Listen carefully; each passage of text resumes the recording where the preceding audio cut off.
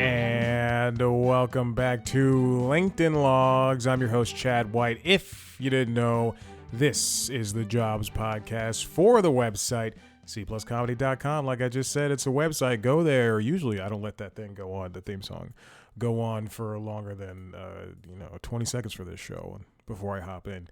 And here I am, sliding right into the DMs of the thing beforehand. Episode 26. Sorry for that pop of noise. Here we are on a gloomy Tuesday that's going to turn into a semi-sunny Tuesday and then lead into a gloomy Wednesday, then a dreary week. I love it. I love the weather. I like it when it's cold. I like it when it's mild. When it's too hot, I get too hot. I sweat. All right, we got a lot to talk about. Let's get into it. So, here we are. Last week, I put out the episode of Constitutionals, and I'm going about my business. I'm doing my thing. And then, at some point, I get an email. I won't be too specific. I get an email from a potential job, a real potential job, and they want to do an interview. I do the interview. It's one of those online things. It's through a company. If I say the company, will immediately, people who've worked there will immediately know. Not at the company, but they'll know who I interviewed for. Let's just say it's somebody I've worked for before. I do this digital interview, and that's what I want to talk about. I want to talk about these digital interviews. Again, I'm trying not to be too specific, but I want to talk about these digital interviews. And looks like mine has been received. I just typed in the name of the company, not the company I interviewed for, but the company I interviewed for. Yeah. And it just says interview received. That's great. This is so specific. And the people who have done this process before will know exactly what company it is. Hopefully there's good news. We'll see. But I've done this process of interview, this style, this digital thing, this online thing. Let me turn off the iPad. I've done this style of interview before, at least 2 other times. And I think one of those times it actually worked in my favor. But it's such a... What is this noise? It is such a... I fixed it, don't worry. It is such a hands-off approach, and especially for a bigger company, I think it works in the long run because, A, it really helps the person who is interviewing. It helps you weed out if you can talk.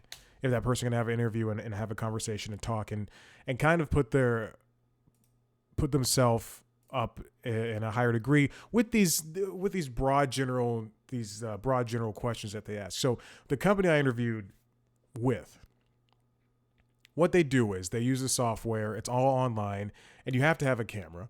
They prefer they prefer you to do it on desktop, I assume. I don't know. I mean, I did it on the Mac here because there's no reason for me to do it on my phone or my iPad. It doesn't make sense. It's insane. No, I want to look professional. Got the lighting set up. I look exactly how I did now. I was fantastic, except I hid the microphone, pulled it right in front of me, turned the gain up a little bit so I could just talk in a regular, normal voice. They have you sit directly in the middle of the frame. This is so truly, if you don't know by now. They have you sit directly in the middle of the frame in a mock-up and like kind of a cutout of what a human would be, and the shoulders are like hunched up. The head is very round. So I did the best I could to get in there. I'm a big guy, baby. I can't fit into a small box like that. I can barely fit into this Henley. And they give you about 8 questions or so. The first and second time I did an interview like this with this company was it involved me answering 8, interview questions, 8 basically interview video questions. This third time, I think I did like 5 questions, like truly 4 or 5 video questions, and then the remainder, the other 3 or 4 were just like, do you live in the state? Do you need help with relocation? Which I thought was very, I don't know. I just felt like that's something that you could see on, and this isn't against the company who is hiring. This is against the company who is, whose technology that the other company is using. It just seemed like you didn't really need, that wasn't really necessary information. I'd rather answer 6 questions, video questions, and have to give a minute and a half answers, as opposed to just going through 4 or 5 and then clicking okay, yes, no through the others. I got the email. I did the thing. I did the interview. I think like the next day, or I think it was like a day or 2 later. Yeah, because it was Friday. So I think I got it on Wednesday, and then Friday was the only time I could like sit down and actually do it, because this part-time job is killing me, guys. And it was good. It's fantastic. I answered the questions. I think you get like 3 retries per question, and I think I only used 1 retry for a question. Mostly because, and it's very funny. I'll do the thing. I'll interview. I'll look into the camera. I'll do everything very professionally, and then when I know that there's a part of me, because I've been doing this talking thing for so long, I've been doing it more than the average person. I've been doing it more than the regular celebrity. Let's just say, come on. Oh, we're smartless. We sold our podcast for 3 figures again. You can't do this. You can't speak freely like I can, baby. And you haven't been doing it for 10 years. So I've been doing this for a while, and I know how to keep things flowing. I know how to pause at the right time. I know when to laugh at my own jokes. But there's a difference between interviewing in person and interviewing like this. And I'm very good at both of those things. The one part I'm not good at is the initial part where they look at your resume and the cover letter and all that jazz. So applying. And I've been doing this for a while, and it's easy for me to look at the question once and just, they're like, give a time. This wasn't one of the questions, but like, give a time of when you struggled the most at work. And then I can immediately refer back to something and then just rattle off an answer and make it sound coherent, and not just coherent, like it's an interesting story. Because let me give you a secret. They're not interesting stories. I did that. It was fun. I did it, and it was, I hopefully, something good comes out of that. I know, to me, knowing the company that I was I was applied for, knowing the company, the position I'm being interviewing for, they should be hiring pretty quickly. I hope so. We'll see. Hopefully next week's episode is New Job. That'd be a great title. Episode 27, New Job. Putting it out there. I am putting it out there into the universe. I'm looking at the application status. It says in progress. Hopefully it says offer thrown or offer sent. Oh God, I hope so. I can't keep doing this. Now I think about this. Would I continue doing the podcast? The answer is unequivocally yes. The second thing is, would I talk smack about the company? It's not talking smack. I give every company that I've talked about on this show, with the exception of Bounce TV, I've talked about with reverence, and I've given solutions. There's a difference. I'll call out Bounce TV. I'll call out Scripps, man. Screw those people, and screw the HR department. Screw my supervisor. That's it. I mean, it's crazy to, like, in a pandemic, be one of 5 people in a giant office building in Buckhead. To the only choice, everyone else gets to work from home, and the only option I have is to drive in because I can't get the files or whatever on my home computer. And for you, a supervisor, to never come in, ever. And for me to, they give concessions to the editors, they give concessions to everybody else. They get internet stuff, they get like vouchers and stuff. And I'm like, hey, can I get $10 for gas? And she's like, no. You're not coming in here. Anyway, I had a lot of issues with that job. This next one comes from Variety, written by Todd Spangler. Vice will cease publishing on Vice.com and lay off several hundred staffers, the CEO says. Late last week, it was noted that Vice, which has been in giant trouble as of late, is in another transformation process of its own. It is laying off a lot of people, and it's going to become mostly a vertical and social. A video and social, vertical network. When I'm saying vertical, I mean it's. I don't mean the style of video is going to be vertical, which it will be. But I'm saying they're going to be focusing on the video stuff more so than the writing. This is the 3rd or 4th time in the past. I'm not talking about layoffs because they've had a ton of layoffs in the past couple of years.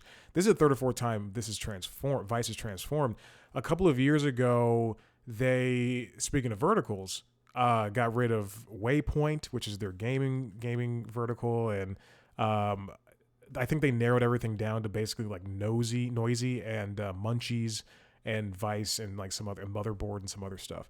But Vice used to be this big internet darling on the same side of BuzzFeed. BuzzFeed used to be a giant internet darling, and I'll talk about this in the Constitutionals later on this week. But these two used to be, Vice and BuzzFeed were the next iteration of news. They were these young millennial-driven. And I guess Generation X-driven newsprints for online ages, and for that allowed people to speak freely about everything from drugs to sex to race to things that you just normally wouldn't get with traditional news media like the New York Times or with Fox or MSNBC or CNN or Washington Post or Wall Street Journal or even NPR. They were able to do things faster and better than many of those outlets. But now Vice Media Group is just I guess essentially going under. It's the slowest sinking ship I've seen in a long time. In a memo to Vice employees Thursday, CEO Bruce Dixon said the company will be cutting, quote, several hundred jobs in the next week. So that means this week we're just going to see a lot of people out of work. Dixon also wrote that Vice Media Group is, quote, in advanced discussions to sell Refinery 29, which is the women-focused part of the company, that it bought in 2019 for $400 million. That was a huge acquisition for them because they didn't have anything like Refinery 29. Refinery 29, wasn't that created by, let's see, God, I don't know. I thought that was created by the AV Club and like kind of that outlet, but I don't think that's true. The company, and Vice, like this, again, this is a big deal. Years ago, it was valued at $5.7 billion. Disney bought them. Disney didn't buy them. Disney invested in them, right? I think it was Disney, Vice, Vice.com. I'm almost positive that Disney had something to do with their seed money. Let's see. Yeah, both Fox and Disney invested in them. And then at some point, I think Disney wrote down $400 million of investment. Back in 2015, this comes from the New York Times, Disney invested millions of dollars in Vice, and they were exploring to buy the company for more than $3 billion. Wow. This is an article written by Lauren Hirsch and Benjamin Mullen. Vice is said to be headed for bankruptcy. This is back in May 2023. We're almost coming up on the year of that. Vice made layoffs last year. They canceled shows like Vice News and Vice News Tonight. Vice Media had over 900 employees worldwide after those layoffs. At some point, they had 3,000. This used to be one of the biggest media companies in the new media company. I'll call it new media in the world. Now we have this from Variety, written by Jennifer Moss. Process of elimination: why layoffs are hitting tech, gaming, media, despite their steep costs. Video games cost a lot of money to make. Spider-Man 2 on PlayStation 5 cost so much money. Pokemon Scarlet and Violet, even though it came out in a not-so-good state, costs a lot of money. The Xbox Series X itself costs a lot of money. The stuff they're doing with cloud gaming, that's a lot of money. But we're seeing companies lay off left and right. It seems that truly every single week there's a different company affected. We had Noggin be affected. Last week at Paramount, Viacom. Disney's been affected. Warner's been affected. Microsoft cut 1,900 employees across Xbox and Activision Blizzard. Amazon eliminated several hundred roles at Prime Video and its studio Twitch, and even Audible. Google's company, Alphabet, the parent company, trimmed payrolls by several hundred. CNN, we're seeing them expecting to cut salaries of anchors. People are getting laid off left and right. Experts say it's a kind of copycat effect that can happen across industries when job cuts start occurring. It's pressure from investors, says Wharton School professor of management Peter Capelli. For example, if investors decide a big tech company has overhired and pressure it to make layoffs, those adjacent to it feel compelled to do the same, he says. And then it creates this norm that you're seeing right now. There's a Nelson Peltz, I believe, is the activist investor at Disney. He's an activist investor. I don't think he works for Disney proper, but he constantly, every single quarter, has something to say about how the company is run, and saying that they need to focus on AI and they need to, basically kill off. I'm making this up, but kill off FXX, get rid of Hulu, put everything on Disney Plus. Do this, do that.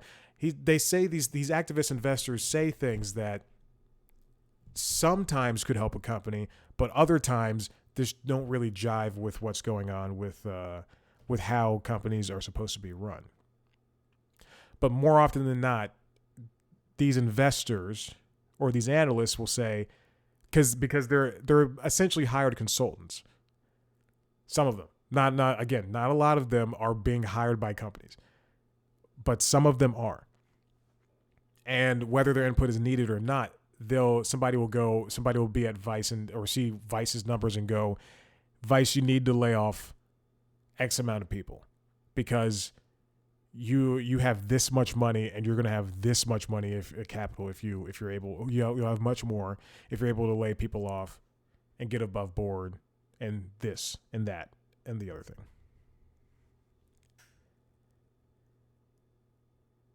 Companies that do these things tend to have the profit underperformance compared to companies that aren't doing layoffs, and that can last as long as 3 years, says Harvard Business School professor Sandra Sucker.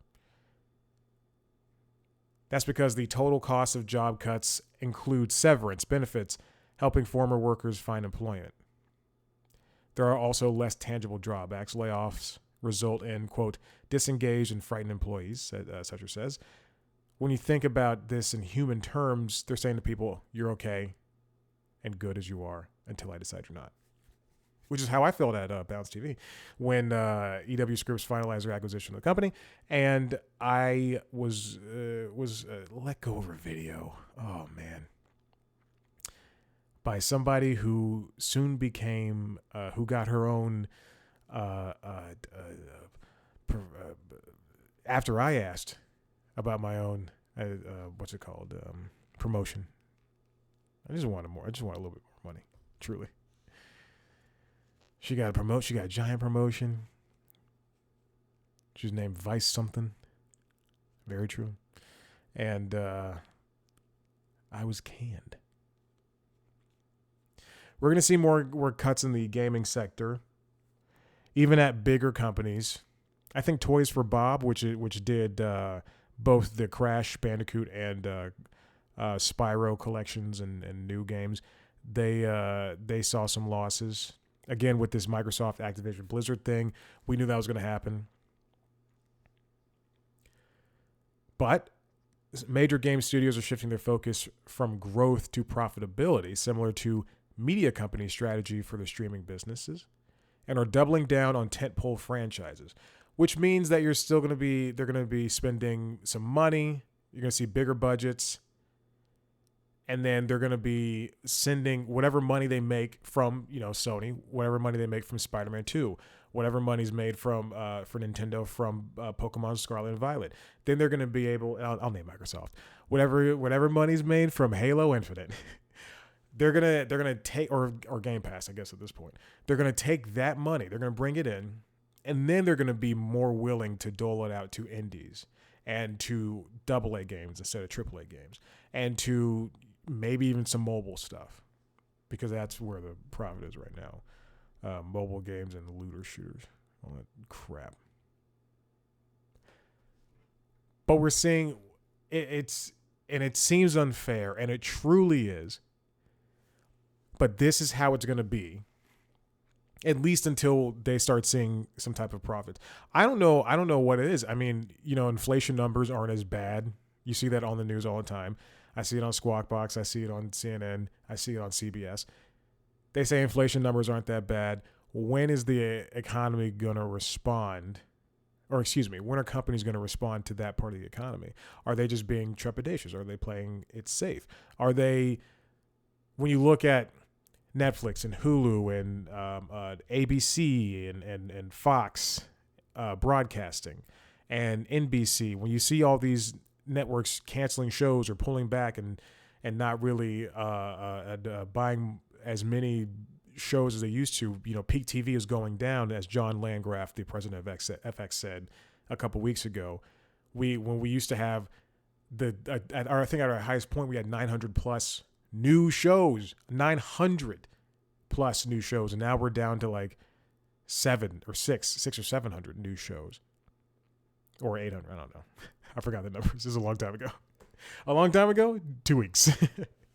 but when we see that these when we're pulling back from Peak TV and events of that nature, and now we're seeing kind of a resurgence of cable-like platforms with Warner Brothers and Disney and Fox teaming up for this sports streamer. People gravitating towards YouTube TV for a cable for just to be able to get like sports and cable channels together for this digital cable bundles. When we see Peacock and Paramount Plus being bundled in a Verizon plan, that's not true. But when we see things like that, it makes me wonder if we're going to see a resurgence of Peak TV, and in that effort, a resurgence of these jobs, of companies who laid off 2,000 people, coming back a couple months later and going, okay, now we're ready to rehire again because we got this new project in the works, or we've got a bunch of shows in development and we need you back. is it safe to be in these industries any longer? I mean, it's in some cases it's easier to be in these industries, but I mean, even if you look at there's a show called oh god, I think that's what it. Let me say. Hold on. What is there's a show that There's Johnny. There's a show called There's Johnny that was created by Paul Reiser. And the pilot of the show, the main character played by Ian Nelson, just quite literally graduates, I think, high school or college. I don't know. I don't remember. But he just it's 19, what year is it? 1970 something? Yeah, 1970 something. And he just goes to Hollywood and he walks onto the lot where Johnny Carson's show was filmed, and the Tonight Show.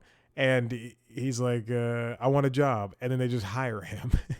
But again, that's 1970 something when you could do something along those lines. But now you can't. So obviously you have to stand out in some form of fashion, whether that be if you want to get hired and do video game things. Okay, well, maybe you create your own video game. Maybe you develop your own video game at home in your free time, or maybe you become a streamer on Twitch and YouTube. Maybe you review games for your local college, and then that blossoms into you getting freelance opportunities at IGN, which then turns into getting a full-time at IGN or some other gaming outlet. But there's so many ways to get into the gaming media sphere, or the news media sphere, or the television world, or the film world. Tech. So it's harder for people to pay attention unless you're being as loud as possible.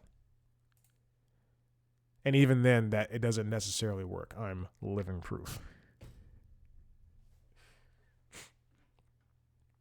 So when you have disruptors like BuzzFeed and like Vice, and they make such a calamity for several years, and then only to see them go the way of the dinosaur, even more so than where New York Times and Wall Street Journal are right now,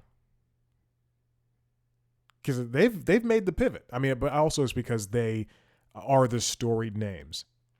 Washington Post, NPR. Those are the storied names besides Vice and BuzzFeed. Ahead of Vice and BuzzFeed. Is this just a yo-yo? We're at the down point, and the yo-yo's spinning on the ground. Is it gonna come back up, or are we gonna walk the dog? We go around the world. We're gonna do what is it? Not the handkerchief. What is that thing called? Cat's cradle. We're gonna do the cat's cradle. All right, I'm losing the through line, and this episode is long enough. Hey, listen, if you liked what you heard here, head to the website, cpluscomedy.com, where I talk to your favorite people in the entertainment industry. More recently, I just talked to Chris Martin. No, not Chris Martin from Coldplay, comedian Chris Martin. I didn't want to do that, but I had to. We had a very delightful conversation. It was fantastic. He's very funny. He's British. And it was just a great conversation all around. We talked about his new stand-up album, Above Average Comedian. I'm not reading the copy or anything. This is all the top of my head. I'm horrible at math, but boy, oh boy, can I remember small details. So check that out. You can listen to the audio version under the Constitutionals podcast, wherever you get your podcasts. You can watch a video version under the interviews on youtube.com/cpluscomedy. You can also check out the other podcast, Late Night Lately, which is the late night show. Video version on youtube.com/cpluscomedy. If you're listening to the audio version of the show, you can check out the video version at the same YouTube channel. You can, what is it? I gotta press play. Oh God, it's not pressing play. Oh my God. The music. Okay. Spotify is screwing up with me. The music did not play, and I was going to go out and I was going to have just the whole thing, the whole song play. And it was going to be so professional, and everybody was going to be like, well, that guy's really good. So now I can't do that. That is unfortunate. I have to put it in post. Twitter, Instagram, Facebook, TikTok, at C+ Comedy, me at Chad Black White. Thank you for listening. And if the music's playing in post, then I've done my job. And if not, too bad. Goodbye.